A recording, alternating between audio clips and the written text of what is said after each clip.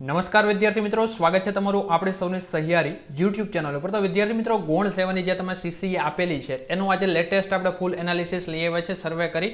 અને આજનો જે વિડીયો છે એમાં તમામ કેટેગરીનો આપણે સમાવેશ કરેલો છે। ગ્રુપ એ અને ગ્રુપ બીમાં કેટલું કટ ઓફ હોય તો તમે જે છે પરીક્ષાની તૈયારી કરી શકો છો।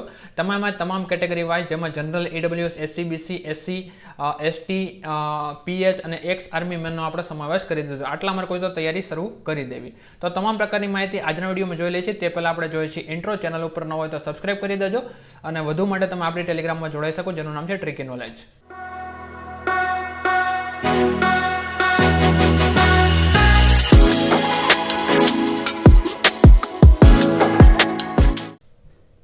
તો વિદ્યાર્થી મિત્રો, પ્રોવિઝનલ આન્સર કી પછીની જો વાત કરીએ તો પહેલો એક વિડીયો આપણે આવી ચૂક્યો હતો, તેમાં ક્યાંક મિસ્ટેક હતી એવું લાગી રહ્યું હતું। ઘણા બધા ઉમેદવારોએ એમાં આપણે કમેન્ટ સ્વરૂપે કમેન્ટ પણ કરેલી હતી।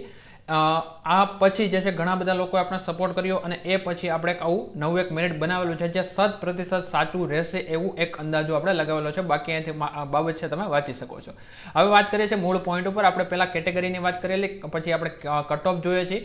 આ એક અંદાજિત છે પણ લગભગ કહી શકાય કે આપણે એની આળેગાળે હશું।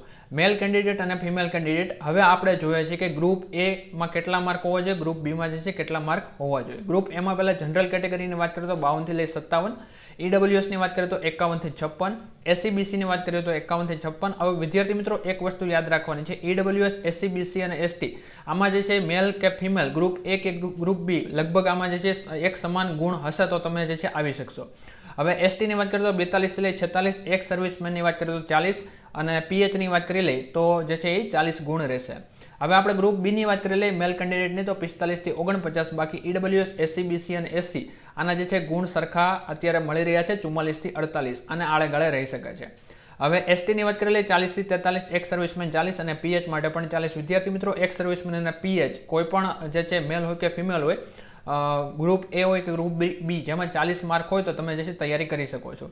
વાત કરીએ છીએ ફિમેલ કેન્ડિડેટ માટે, જનરલ માટે 45 થી 49, બાકી ઈડબ્લ્યુએસ, એસસીબીસી અને એસસી આનું જે છે કટ ઓફ જે છે એ એક સમાન રહેવા પાત્ર રહેશે। એક્સ સર્વિસમેનની વાત કરી લઈ તો જે છે આવશે એમાં 40 અને પીએચમાં પણ આવશે 40। ફિમેલ કેન્ડિડેટની વાત કરી લઈ ગ્રુપ બી માટે 41 થી 43, આમાં બધામાં જે છે ક્રાઇટેરિયા જે બને છે માર્ક આવે છે લગભગ સમાન રહેશે।